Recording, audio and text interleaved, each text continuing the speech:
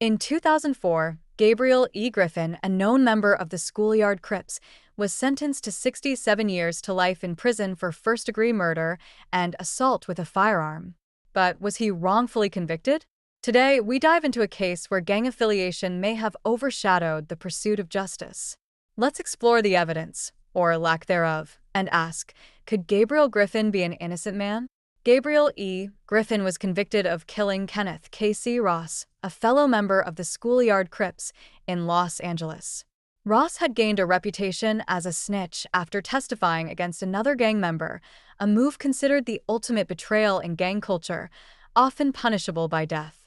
Prosecutors argued that Griffin, adhering to the gang's code, shot Ross in retribution. There were two key witnesses to the crime. Brenda Freeman, who knew both Griffin and Ross, initially told police she hadn't seen the shooter, but later identified Griffin in a photo lineup. She claimed she saw Griffin holding a gun moments after hearing the fatal shots. Another witness, James Brown, who was also at the scene, was shot in the hand during the incident. However, the case against Griffin lacks physical evidence. No murder weapon was recovered, and no forensic evidence directly ties Griffin to the scene.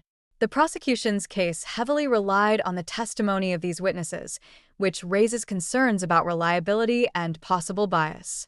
The most controversial piece of evidence came from a probationary search of Griffin's bedroom, where police found a drawing. The sketch depicted a man with a tattoo resembling Griffin's, shooting a dog with SYC written above it. Prosecutors claimed this was a trophy drawing, something gang members allegedly keep to celebrate violent acts. This drawing became a pivotal piece of circumstantial evidence in Griffin's conviction. However, the legality of the search itself has been a point of contention. Griffin's defense argued that the search lacked sufficient probable cause, but the court ruled it legal due to Griffin's probation status, which allowed for random searches. During the trial, a gang expert testified that the murder was committed to benefit the Schoolyard Crips and that snitches are often killed in gang culture. However, the expert took it a step further, implying Griffin's guilt, a move Griffin's defense argued was inappropriate and prejudicial, blurring the line between expert opinion and a judgment on guilt. Adding to the controversy, Griffin's sentence was significantly enhanced due to the alleged use of a firearm during the crime.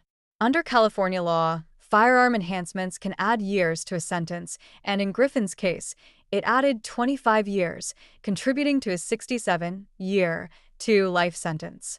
Griffin's defense argued that these enhancements were excessive, but the court upheld them. Griffin and his supporters continued to assert his innocence, pointing to the lack of physical evidence and the reliance on circumstantial testimony. Despite multiple appeals, his conviction stands, but serious questions remain. Did Griffin's gang affiliation influence the jury's verdict? Were the witnesses reliable, or were they influenced by fear or bias?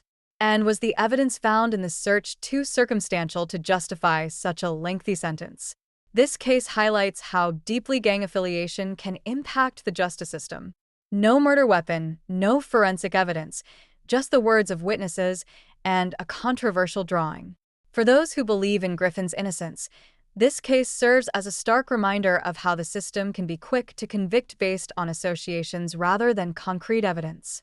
So, what do you think? Could Gabriel Griffin be an innocent man, wrongfully convicted because of his gang ties? Or does the witness testimony and the expert statements support a solid conviction? Let us know your thoughts in the comments. Don't forget to follow us on TikTok and subscribe to our YouTube channel to stay updated on more true crime stories. As always, stay curious and stay safe. See you in the next video.